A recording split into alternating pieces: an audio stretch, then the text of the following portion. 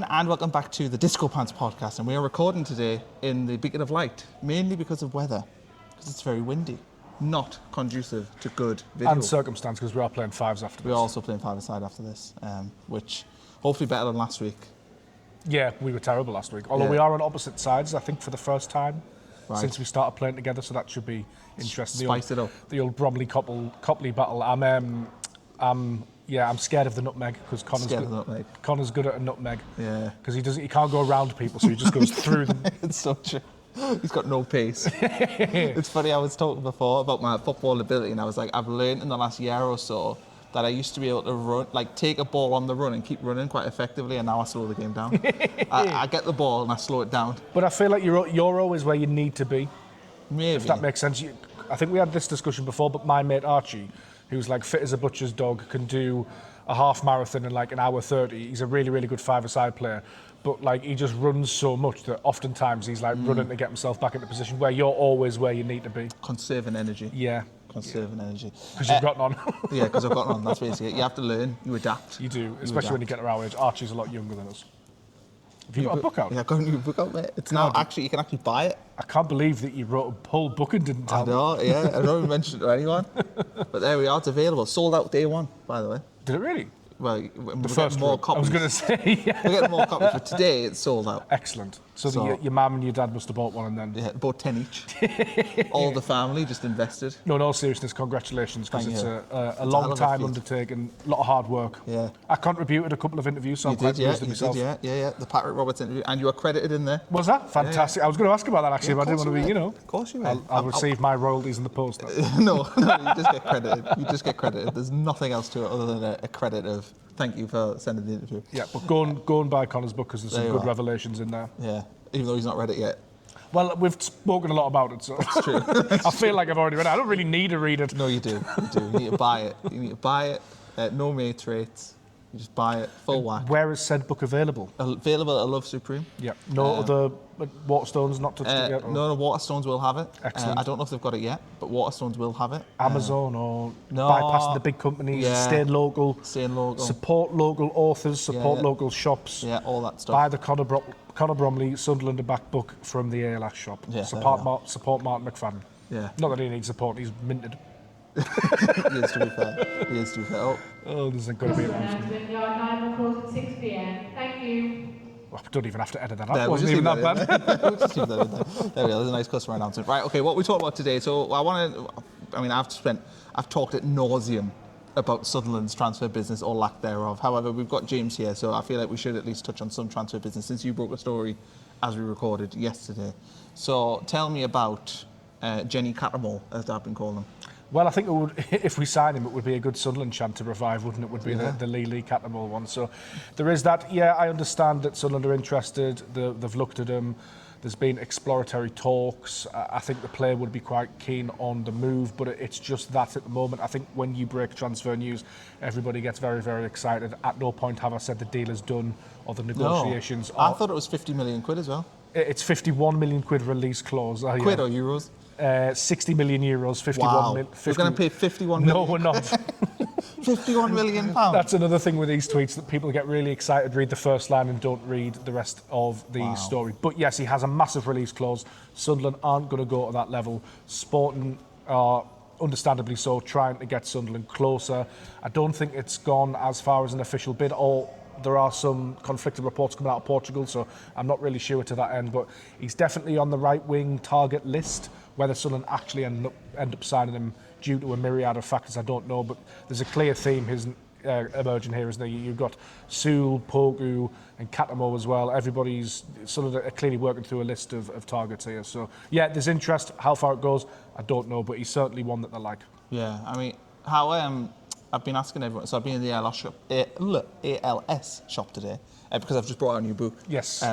And I was talking to some customers and some people who work there, and I was asking them on a scale of 1 to 10, how worried are they about the lack of transfer business? And I've had varying answers. I've had 0, I've had up to 7s. I put myself at a 4. Yeah. Where are you on a scale of 0 to 10? 0 being not at all worried, don't care, it'll be fine, to 10, which is, oh my God, this is the worst, we're going to get relegated. Well, you're technically a content creator now, so That's true. I feel like I can't be as much as a flapper as you, so I feel like I have to go 3 and be like the allegedly professional journalist. Okay. It would be very hypocritical of me to Was say... she saying I'm unprofessional? No, just, That's what I said. content creation, you've got to maybe sell a little bit of divide and Are a you little... trying to say that I do clickbait? No. Are you trying to tell me that I can't, Copley and Paste? I can't say anything about any sort of clickbait. But regardless, I think it would be very hypocritical of me because I've written a couple of articles, I've spoken on podcasts and stuff recently as a week ago, 2 weeks ago, saying everybody needs to calm down, Sunderland got less business to do. I understand people like the dopamine. People remember last season where everything was just one hit after the other. Sunderland have a lot less to do.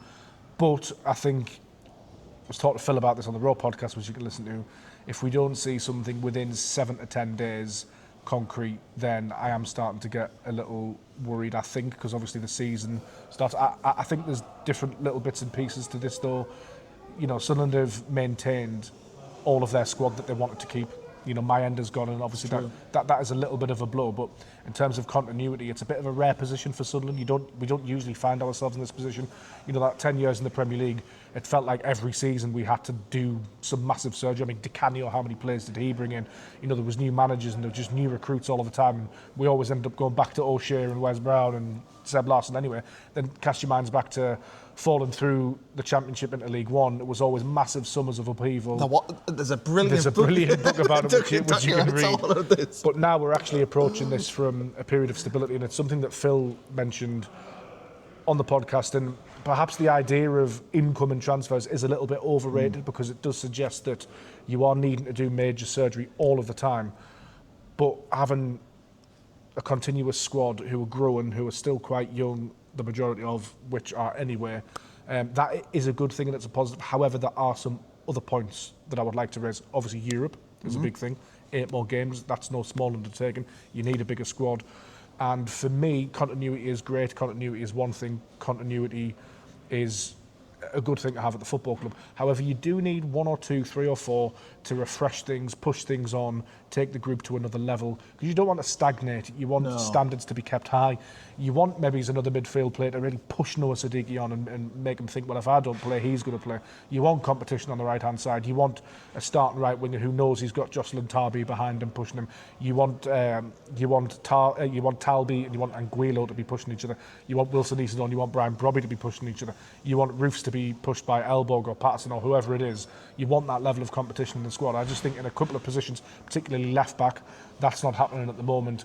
You know, the situation with Mithali is that Sunderland are haggling over the fee at the moment. They don't want to go to 30 million euros. My gut feeling is that gets done soon, but how long do you go on with that and leave that? Because you run the risk of being, you know, swooped upon. It's happened to a lot of clubs recently. So I'm not like really panicked yet. I'm definitely, my mentality is definitely shifting as the days go on, and less is happening, because I think, you know, there's only so long you can use the old World Cup trope. There's only so long that you can say that the market's slow. The market's not slow. We've seen from the sheer level of deals that have started to get done that things are starting to happen. So hopefully that has a knock-on effect. But I'm still minded not to panic. I really am. I'm not panicking. I'm at a 3, you're at a 4. Yeah. So maybe we should revisit this the next Disco Pants podcast next week. 7 days is a long time. That's true. I said about 2 weeks ago that if we don't sign any new players within 2 weeks, I'd start to get worried. So I think fundamentally I'd be a hypocrite if I said I wasn't a little bit worried. Yeah. Because I did say that. You did. So the receipts are out there as well. They exist. But I think, there's different types of being worried, isn't it? You can be a little bit sceptical, a little bit concerned, but I see a lot of discourse online, and it's like people are really starting to panic and they're saying the club's skint and this and that. And you know, I think what's really, really worth mentioning as well is that you want to get these deals done. You want to get them done at the right time. You want to get them done with enough time for the player to come in and have a pre-season, all that sort of stuff.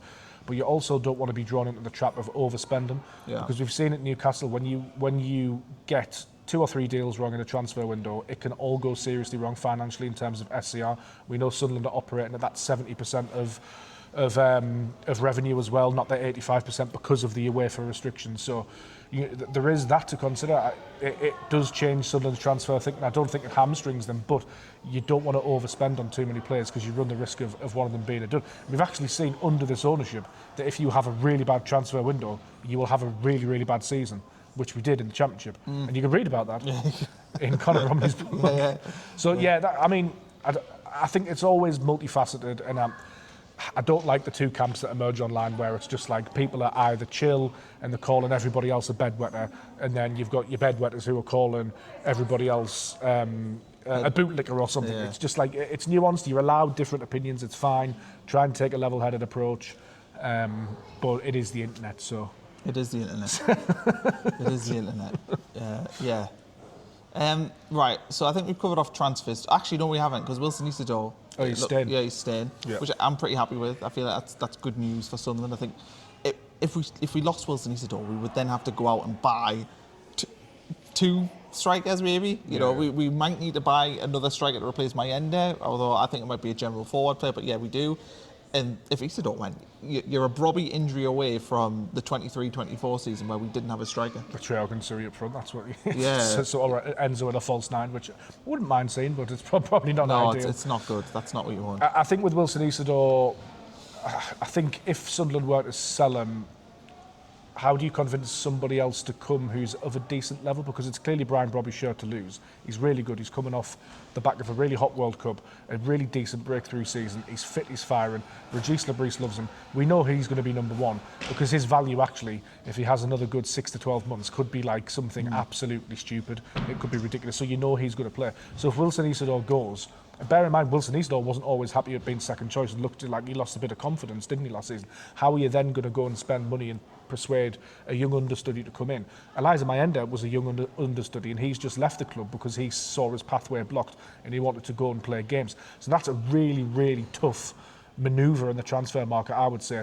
Wilson's proven at the level. I think if you can keep him happy, get back to maybe that 60-30 split that we saw, I thought Régis Le Bris regained a little bit of trust in him towards the back end of the season. His performance has started to improve. I just felt he lost confidence last season. His body language wasn't right. I said this on the Raw. I'm not saying that he was sulking because I don't think he was, but he was obviously down on himself because he was out the team, and he was down on himself because he missed that opportunity against Liverpool. He missed an opportunity against Manchester City away from home, and that really affected his confidence, in my opinion. But we know he loves the club. We know he's really engaged with the fans, the city. We know he can be an asset. And the thing I like about having Brobby and Isidore is that their attributes are completely and entirely different from the others. So it does give you two really, really, really good options. So I'm delighted he's staying because, you know, major surgery in terms of outgoings, you know, it's hard to do, and he would have to be replaced. It's just a little bit of a transfer headache that potentially Sunderland don't need. And then, as we seem to qualify everything with these days, we've got more games. He's going to play more football. I think it's really good that he's staying. I do think there's another side where he has only got 2 years left on his deal.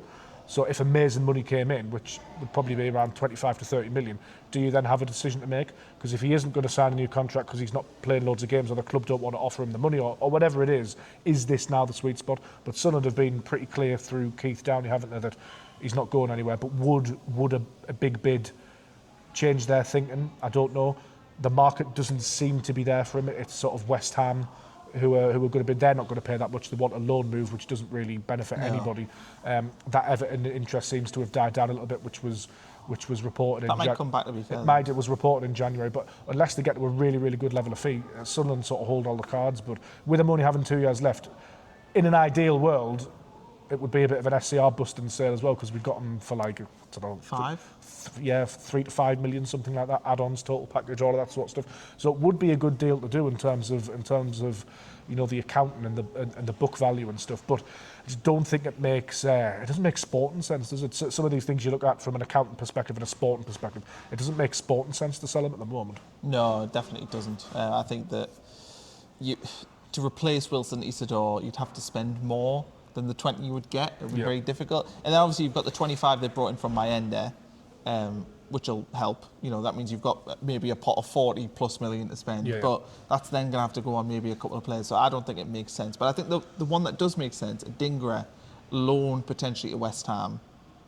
And I think if Sunderland can pull in like a £5 million loan fee and then pull in a 25 million quid obligation if West Ham get promoted, which should happen, then Sunderland getting 30 million for Simon Adingra when they only paid 21, 22 last summer, they're going to make a profit on a player that they don't like. I think that makes sense. I think he's got so long left in his contract as well that it makes sense to, let him go out on loans at the end of the world. Isidore doesn't make sense. You loan Isidore out for a year, West Ham don't get promoted, you've got him with 1 year left, what's he worth? It makes no sense for Sunderland to do that deal. But Adingra, I think actually loan with an obligation to buy is not a bad I just think with the obligation, West Ham might not want to tie themselves into that deal. I think they will, though. Do you think, because if you get promoted, teams do that, though. I know they do, but I'm just thinking if I'm West Ham, I want him for a season to see how well he does, because he's played in the Premier League, but he wasn't Premier League proven at Sunderland. They're never going to get a player like the quality of Simon Adingra. Like Adingra as a Premier League level player. He did well in the Championship. He just doesn't fit in the house Sunderland play, but he's a yeah. Premier No, League level player. I know what you're saying. So for West Ham, they get a chance to bring him in, and surely if they get promoted, it's probably because he's played a big part in that. And they have made major sales this season. I mean, they've had to, but their finances shouldn't be too bad. I don't know. It's an interesting situation. I think it's good to see that Sunderland still value him so highly, and they're not going to sort of sell him on the cheap, because we spoke about his valuation, didn't we? And we didn't know where he was at. I think we had him at like 15. But I said on paper at the time, you look at him and he's still a really good age. He's an international. He's got all of this experience. He's played in the Champions League. He's played in Europe. Played for a big club in Sunderland. He's played in Brighton. He's played in the Premier League. I think he's got over like 200 senior games. So he's played at World Cups. He's played African Cup of Nations. He's been awarded like Young Player of the Tournament in some of these. So there is clearly a player there. So I think it's good that they're not just going to cut the losses and sell him on the cheap, because clearly, there's an asset there with value. It hasn't quite worked from with us. But I mean, I wasn't. We did the watch along, didn't we? And I wasn't really that impressed with him against Wrexham. I know he didn't have a lot. It did all right against Leeds, though. I think it was Leeds where he came on. I don't think he's a Le Bris type of winger. No. You look like Le Bris likes playing Trey Hume on the right wing for very specific reasons, and Adingra, I feel, just doesn't fall into that. And does his attacking output warrant leaving that sort of little hole in your side? And I'm not sure it does. No, I'd probably agree. But I do think if the offer is a loan fee of about 5 million, I mean, I've just made that up. I don't know if that is the case, but 5 million, they said it's about 30 million value, 25 up front if they get promoted. I don't think that's a bad deal. But I also think it's interesting. I don't know who reported this, but somebody had reported that Sunderland now valued him at 30 million because of how the market is, which makes me then wonder if Sunderland have went into this summer transfer market trying to buy players and he's not. Well, I think that's what's happened, because obviously there's a little bit of a delay with the Sewell deal, and it seems to have cooled off a bit, and that will come down to valuation, because the level of fee, if you think about it, at the start of the summer was about sort of 30 to 35 million euros, and it appears Sunderland have been sort of banding that figure around, and that's why they seem to be moving and flipping between the three targets, and possibly even more that we don't know about, is because the market is quite inflated for attacking players. So I don't think Sunderland are finding the value that they necessarily thought they were going to get. And I've always said that provides a really interesting conundrum, because in those attacking areas, Sunderland do need to spend a little bit more, but how far are you prepared to go? Because you can get really good value for defenders and young midfielders, but your attackers always come at a premium. And that's a really interesting question. How far are they going to go? We saw with Marahemovic, they didn't want to push the boat out for that signing, because they felt, although they rated him and he was a good player, that they were fairly well stocked. And yes, they do need somebody in that position, but it's not sort of life or death. Whereas the right wing position, really, I mean, going into the season with Hume and Tarby isn't really ideal, with the caveat that Anguilo and Talby could play there, but it's not ideal. They need to fill that position, really, let's face it. If you think about where the market is as well, like I just saw Middlesbrough bought Man United keeper who was on loan at Bristol City last year for 14.5 million. Middlesbrough have also spent 10, rising to 20 on Will Lancashire. Yeah. Haven't they been linked with another striker? Ashley Phillips they've been linked with as well. So, but I look at that 14.5 million for Vitek, and I look at Lancashire, it's basically 10, and then it's going to be 20 when they get promoted, or if they get promoted. And he's not even really, proven, No, and I just look at that. We were linked with him, actually. Yeah, well, I just look at them deals, and I'm sort of like, do you know what, maybe we are sort of stuck in a mindset of a couple of years ago on transfer fees. Like, maybe we're looking at Wilson Isidore and saying 20. Well, actually, if you're saying Will Lancashire is 20, all told. Well, then Wilson Isidore's like 40, because he's got 6 goals in the Premier League. Yeah, his minutes per game is like 21st in the Premier League last season. I think he had 15 goals and assists in the Championship. I think both him and Mayenda got 15 goals and assists. Yeah, goal contribution, sorry. So it's it's one of them where I just wonder if I look at it, like maybe the club are right, maybe Adingra is worth 30, and you know, Mayenda, we were shocked at the fee they got for Mayenda, but actually you look at the market, you're like, do you know what, that's probably a going rate for a player that's proven in the Championship and has done okay in the Premier League. But I just wonder if you know, Sunderland believe, because of their extensive scouting and the way they work through a list of targets and don't panic, that eventually they will find some value. Because if you look at the sheer volume of names that were linked last summer that we didn't sign, what was the left wing back called that we all thought we were going to get? Was it Biscoff? No, I cannot remember. We all thought we were going to get him. Christian Biscoff, I think he was called, or something like that. There were so many players we were linked. That's just made me hungry. Yeah, but you know, we didn't know who Noah Siddiqui was. We really know who Habib Diarra was, or not many people. No, they came out of nowhere. And they came out of nowhere for a really good fee. So you do have to trust the scout, and I think and Florent Ghisolfi's earned a level of trust, but. It's just tough, isn't it? Because the longer it goes on, the more you do start to worry. Worry. But on a scale of 1 to 10. But sometimes as well, what I will say is that it's a big skill when you're dealing with transfers, because like sometimes you have to meet the market where it's at when you really need a player, but other times restraint it's hard to do in the short term because of the optics, the PR and the fan base and their feelings, but sometimes it can be the right decision. I'm not saying it will or won't be in this particular transfer window because I don't have a crystal ball, I don't know, but sometimes if you go and overextend yourself when it's not right, the financial rules as they are now, they are absolutely brutal, and if you get a couple of deals wrong, you've really harmed yourself. Yeah, no, I think you're right. I think fundamentally, apparently I say that word all the time, somebody commented, I'll stick it again. Fundamentally, if the position that Sunderland, the only position Sunderland need, where it's like for the opening day of the season will improve the 11, is a right winger. Yeah. All the other positions they're looking at is essentially cover. So we're looking at left back, but we're Nildo's left back. So the left back cover, yes, it's important, we need it, but we don't need it for the opening day. Left centre back, it's important, but again, we've got Alderete, we don't need it for the opening day. We've got other centre backs in play there, O'Neill can play there. You know, you can play Ballard. You've got all sorts of options there. So that one's not that important. The striker position we've talked about, but they do have 2 strikers. Yeah. Yes, you would like to have a third there for the depth and for Europe, but the only position is the right wing position where they are like, they need it in soon. Yeah. All the other ones, they can wait until deadline day if they have to. And we really could be massively underrating just general stability, because I think I mentioned this, it was either on the Raw or to you before, I can't remember if it was on a podcast or it was on the stream, and I said, you know, Marco Rose is like, I think the 11th or the 10th longest serving manager in the Premier League at Bournemouth, and he hasn't even managed a game yet. So there's a lot of uncertainty in the Premier League, and there's a lot that we don't know, and that's quite scary. Don't know how well Ipswich are going to do. Obviously, they've got a new manager as well. We don't know how well Hull City are going to do. Coventry City have spent a little bit of money, but they're not getting, I don't personally think, the level of deal over the line that Sunderland did. Yeah. So there is uncertainty there. We don't know how a lot of these teams with new managers will. Tottenham kick on under De Zerbi. They've spent a fortune. You know, all of this sort of stuff. Manchester United, how will they be under Carrick? You don't know. Will Chelsea have as poor a season? Will we take 4 points off Chelsea again this season? You know, Brentford, could they have had a really good season under Keith Andrews, and now this is when it starts to go backwards and some of their sales catch up with them. And I guess that is unnerving, but Sunderland might just look at their base and just think, actually, we've got the manager in, we've got all of these really young good players led by some really, really good experienced players that will be okay, and sort of trust the process to do the high performance podcast sort of thing. But that might be where their head is at. What I said earlier though is, I think, is pertinent, that sometimes you do need to drive standards and refresh. Yeah, and I think as well, some teams that have been busy, they've needed to be, like Leeds needed to be busy. Yeah, they needed, like Leeds got rid of Strout, they needed that centre back in. They needed to bring a goalkeeper in. I don't even know if that one's went through yet, but they needed to bring a goalkeeper in. But say, I don't know, say Barcelona had come in and went, right, there's £50 million for Miquelez.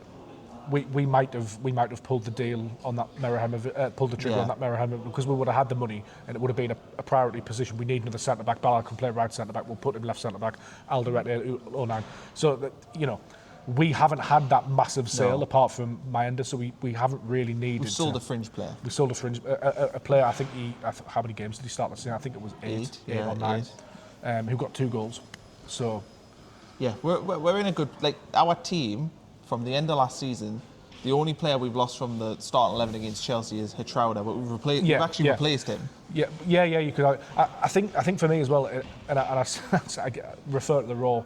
Should just watch that podcast. Just watch this off. Just watch the both of them. But I think I forgot the point I was going to... You've lost yourself there. I was going to say. I got We're talking about Thomas Meunier. No, just before that. The Oh yeah, sorry. against Chelsea. It's so outcome driven though, because the first couple of games mean so much that if we go to Ipswich, we play a blinder, we keep them at arm's length, even though the fact that they'll be well up for it, we get a good result, we follow that up with a win at home against Fulham, and we've only signed 1 or 2 players. Nobody cares. Everybody is genius, fantastic. Sunderland, they were so calm. They haven't they've trusted themselves. They haven't overdone it. They've stuck to the guns. They haven't been drawn on any sort of big transfers. Or you could lose those opening 2 games, and suddenly everybody's turning around and looking and going, "Hang on, what have they done here? You need to strengthen the transfer market." So until we find those couple of games, you just don't know, do you? No. I also think it's like the outcome thing. People always remember the playoffs. Yes. And we lost 5 games. You can't flick a switch. You can't. It turns out you can. Yeah, it turns out you can. But if Sunderland lost in the playoffs, which is going to be the theme of a video we're going to do actually, but if Sunderland lost in playoffs, the rhetoric would be so different. It is. And that's the thing. I mean, I've referenced this recently as well, but do you remember that first game of the season under Di Canio against Fulham? Yeah, they played well. We played really, really well. I think it was Kasami just smashed a really, really good shot in. I think it went off the crossbar, but we had like 8 or 9 new players in that team. Everybody thought it was going to be this fantastic new era. Paolo knows to get rid of all the bad eggs, the rotten coal. Yeah. This is going to be it. That was the start of the rotten coal, wasn't and it just the bottom just fell out of it so quickly. You win that opening game against Fulham. I'm not saying he goes on and achieves anything. It's not you. But football is about momentum, isn't it? And that just sucked all of the momentum out of the football club like that. Yeah. And then he stole Stefan Sessegnon, which was an absolute disgrace. That was. Well, not him. Roberto Di Fanni got as much to blame. Yeah. Is that in the book? That's far too early. It's far too early. Maybe there probably is a couple of mentions for Paolo Di Canio. Anyway, we'll wrap this one up. Let us know in the comments, though, what you actually think about the transfer market, and on a scale of 1 to 10, how worried you are and why, because I would like to see how it marries up with... Put a word on it. We went with numbers, but what number is... Well, what number and what word, yeah. What's your emotion? Yeah, so what's a 3 then? Mildly... Well, not even mildly, I don't know. Relaxed, I would say, is a 3. No. Relaxed would be 0. Mildly concerned. Mildly concerned. Okay, I'm going to say that I am tentatively worried. Well, give us a phrase, because I'm actually interested to see, because we obviously read the comments on the Disco Pants podcast shows, wherever they land. I'm interested to see where our community is at and what sort of community we've got. Interesting. Because opinions differ, but you do tend to gravitate towards people who share a similar view. Yeah. So that would interest me. Let us know in the comments. Okay, we'll wrap this one up. Thanks everyone for watching. Subscribe to the Disco Pants podcast, although I don't know where this one's living. This might live on yours, I think. I don't know, it lives somewhere. Anyway, check that out. Check out all of the stuff that we do. Buy his book. Buy my book, which we've already plugged, so we don't have to do that again. And we'll see you soon for another video.